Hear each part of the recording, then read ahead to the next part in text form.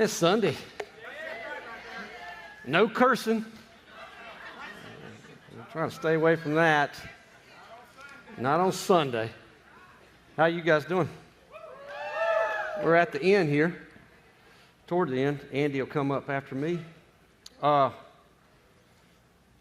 got something at the end I'm going to read to you. I guess I should go ahead and set it up so you can be anticipating some anticipation.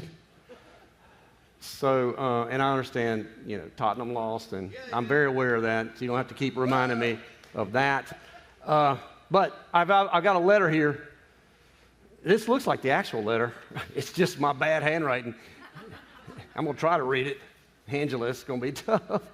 I wrote it last night because I was trying to go back and watch this TV program. It's not on the internet, so I'm like, how am I going to get this letter across to these people? So it's a letter that Michael Jordan wrote.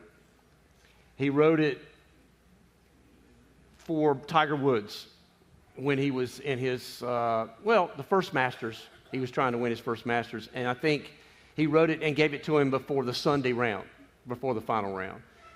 And then Tiger was, all these people are friends. It's crazy. So Tiger gave that letter that Michael gave him to Tom Brady before his first Super Bowl. It's kind of crazy, right? And then Tom gave it to, I don't know if y'all know, Tom Brady bought a soccer team in England. You know what it was? See, I'm putting you on the spot. Birmingham. He bought Birmingham. Yeah, they were in League One, and they won the division. Now they've been promoted up. So before they won promotion, Tom said, well, it worked for me. I'm going to get the manager to read it to the team. So that's where I got it from. It's a documentary about that. So it's a good letter. It better be, because I've built it up. And it's a little bit, it's not what you think it's going to be. It wasn't what I thought it was going to be. It's very unusual. And I think, Billy's going to do this for me. When I watched the documentary, they had this song playing in the background because it's TV, right? So I thought I should have that same song because it kind of gives it a little bit more pizzazz. For you people that are in the 90s, I'm still stuck in the 70s. It's My Chemical Romance. Yeah? Welcome to the Black Parade. So that's what they played in the background. So that's what we'll hear in the background. And before I do that, I just want to set up this letter by talking about things that I talk about on the calls. People there at Mike's on the call, we talk about these things all the time, every Monday, right? One call, Mike, if you remember, we talked about the formula to get people to be active, to have activity. So there's two things that I want to go over. One is making this business a priority, and that's the first thing you got to do. You got to decide that this is important. Because if it's not real important, then you're not going to really participate. So, and why do you want to make something important? Is because you want to create urgency. That's the only reason you become urgent, because something becomes important. Would you all agree about that? Yeah. So they call this theory, it's a theory, it's called the art of intentional neglect. Now, what are you intentionally neglecting? All the things that's holding you back from making this important, which are things like fun stuff. Pickleball, I love pickleball. I don't make any money playing pickleball, nor will I ever make money playing pickleball. Now, I could sit here and justify playing pickleball. It's a stress reliever. Yep. I definitely get aggression out, especially when I'm playing Mike Guerra. Just some reason he brings that out in me. I don't know why. It's just odd. But also, pickleball keeps me physically fit, because I don't like to run anymore. But you play pickleball, you'll lose some weight if you do it right. Thank you. I feel good. Play pickleball 3 times a week. And I tell you that because look how much time I'm neglecting what's important by paying attention to what's not important. I play 9 hours a week. Every Sunday night. Can't play tonight because it's too windy. Can't play in the wind. Tuesday night and Thursday night. That is a priority for me. But if I was doing this business, I'd have to make a choice. Is pickleball more important than running business? I mean, some of you got to make a decision before you get involved in this. A lot of you are involved and you hadn't even made a decision that this is important yet. You need to back up and ask yourself, is this important? Because urgency only happens when there's importance. Agreed? All right. So, do we know, like we talked about, me and Erica talked about, journey and destination. Journey people like me, we have urgency, but only when things get dire. You want to see a journey person look like a destination person? Let them have a flat tire and they're on their way to meet this girl that they met the other night at a bar, and they told them to come over. I shouldn't have said that. It's a bad example, right? On Sunday. I don't know. I wasn't. There's no reason for me to be thinking that. I'm just telling you. You'll see that man move heaven and earth to get that flat tire. You would think he's a destination. He has a destination. It ain't very far away. It's just down the road. Okay. Trying to be funny, Stephen. The art of being funny. Okay. The second thing you got to do is allocation. The allocation of your time. This has everything to do with schedule. So it's too many times, I think, we start talking about schedule and allocation, and we hadn't had that discussion of whether you think this is important or not. How are we going to, if you hadn't made this business a priority, why are we even talking about schedule? We're putting the cart before the horse. So this is all distributing your time, how you're going to distribute your time. Because you do have things that are value-added activities, and you have non-value-added activities. And some of those non-value-added activities, they don't get you anywhere as far as revenue producing, but you still got to do them. They still got to get done. I mean, Terry's he's raised a family.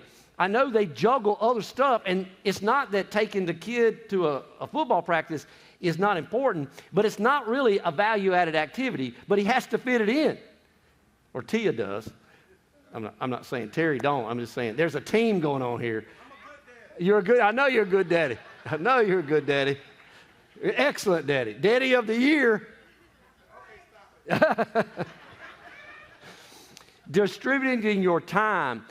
So what are we trying to influence here? When we're deciding to make something important, we're trying to influence urgency. What are we trying to influence here? Efficiency. But we've got to learn to be urgent before we can be efficient. In my opinion, in my humble opinion, okay? Then we can create activity, which is doing something based on purpose in order to influence what? Now we're trying to influence effort. So it's urgency, then it's efficiency, and then effort comes from that. It grows from that. But here's the thing about activity and making something purposeful in your life. In corporate America, where I came from, and academia, where I came from, I didn't have to have purpose.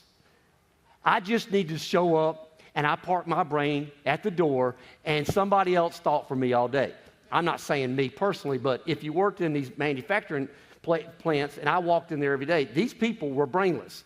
It didn't mean they didn't have a brain. They just got rid of it for a while. They picked it up when they need to be mommy and daddies when they left. Because I know somehow or another they got themselves there.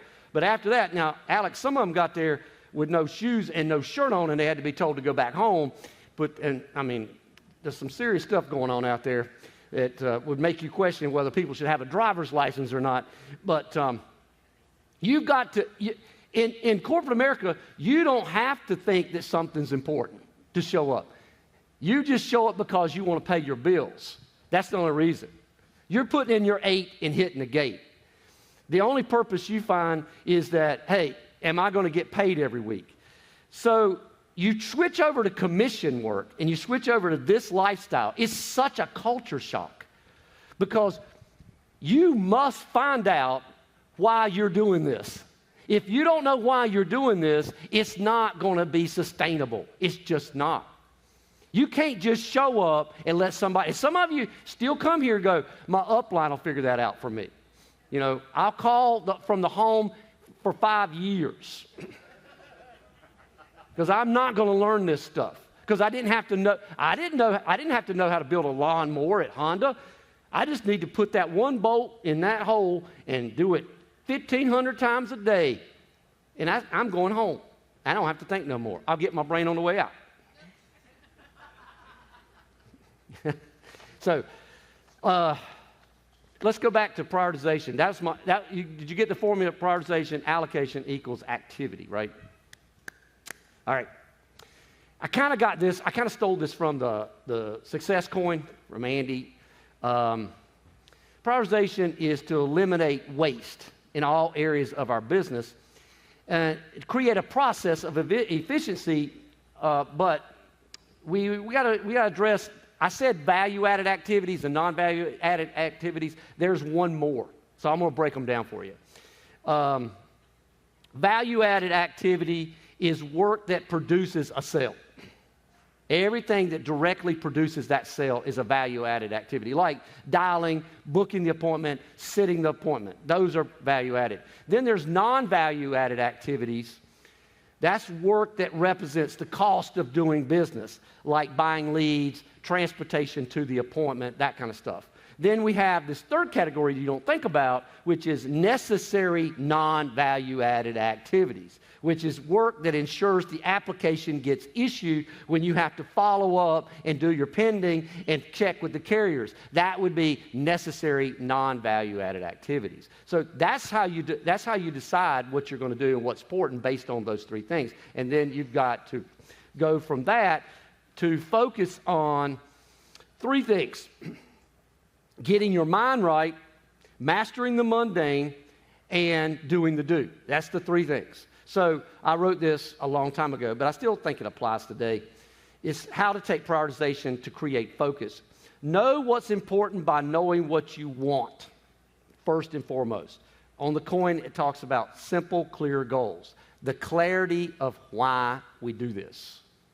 Why did you choose to do this? Second, link your daily activities by knowing how to get what you want by being in 24/7. I call it the discipline of how. Mastering the mundane. I'm going to defend my journey people for a second. We are really good at mastering the mundane. If of all the things we're bad at, that's the one thing that you destination can learn from us. We will do a repetitive task over and over again and not ask any questions about it. But that's about all we're good at. Which it tells me if we could recruit some of them and could make this more predictable and make it look like where they came from, and it looks like an assembly line, we might get some apps out of my journey people. I'm just saying. All right. The third thing, put your blinders on by embracing the power of job mentality.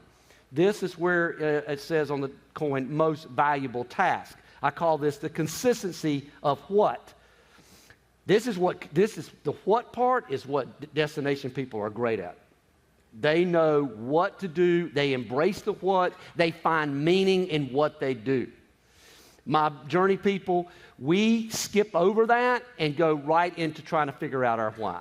I think finding your why is great, but you better understand what you need to do so that you can do the do. So when I was at the college, and I've told this story before, I was a professor, and I would go in the classroom, and I figured out I was going to be the best professor. And I thought, what did I need to do? I needed to learn my content. I needed to be, like what you guys, a product specialist, you know? I wanted to be a subject matter expert. I didn't want them to question Alex whether this guy knew what he's talking about, because I'm going to lean heavily on being a subject matter expert in front of these kids. And now listen, I wasn't much older than them. It was tough going in there talking to that crowd, because they were sleeping or texting or waiting to, you know, their boyfriends out there pacing back and forth like a caged animal waiting for the girlfriend to leave the classroom. I can't compete with that. How am I going to compete with that? So I went in there, and listen, I found meaning in what I did. I was proud to be a professor. I was proud to transfer knowledge to these kids' heads, whether they wanted it or not. Maybe I had 30 that didn't want to hear it, but maybe the two out of the 32 in there was 30. I always had 32, at least 32. Two of them wanted it, and I owed them my best. And sometimes we don't want to show up because we don't think we owe everybody our best.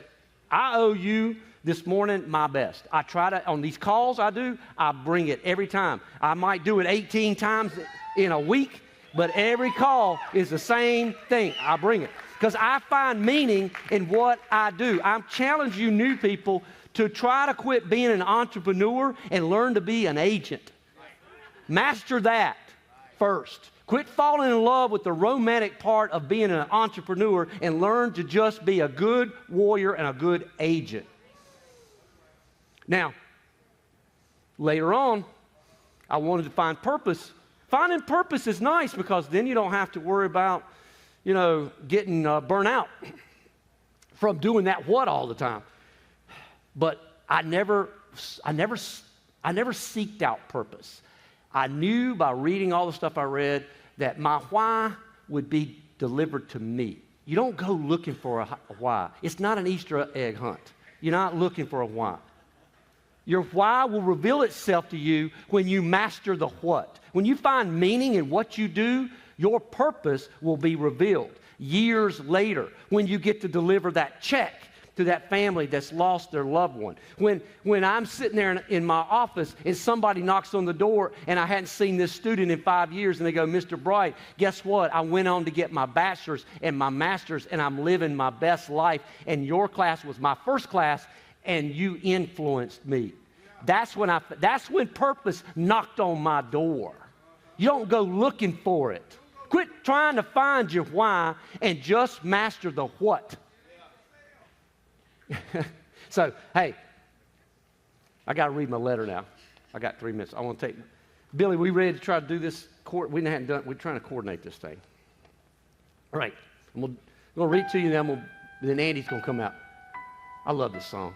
I don't know why I love this song. It's just that there's something about it.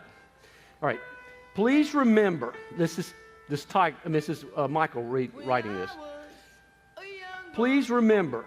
Even if you have to force yourself, that this that you're about to do, some of you in the back, needs to be fun. Those of you that have been doing it for years, you need to find the fun again. You already have done the work of an adult. Now go out and play like a little kid. The point is, you need to go out there and execute as you did when you were 10 years old. And like when you were having the time of your life.